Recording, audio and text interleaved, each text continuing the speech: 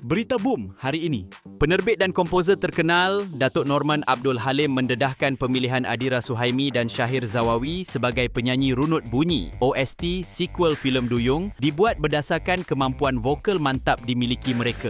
Beliau berkata, kolaborasi itu dipermudahkan kerana kedua-duanya juga merupakan bekas anak didiknya dalam program Akademi Fantasia 8 AF8. Lagu itu menandakan kolaborasi pertama mereka sejak Akademi Fantasia 8 pada 2010 dan mendapat sokongan penuh Norman. Duyung, legenda Aurora yang dibintangi Anna Jobling, Maya Karin dan Saiful Apek dan dijadualkan tayangan di pawagam seluruh negara pada 25 Disember ini. Lagu diedarkan Sony Music itu boleh di-stream di semua platform digital mulai hari ini, manakala video muzik rasmi akan ditayangkan di YouTube KRU Music jam 8 malam nanti.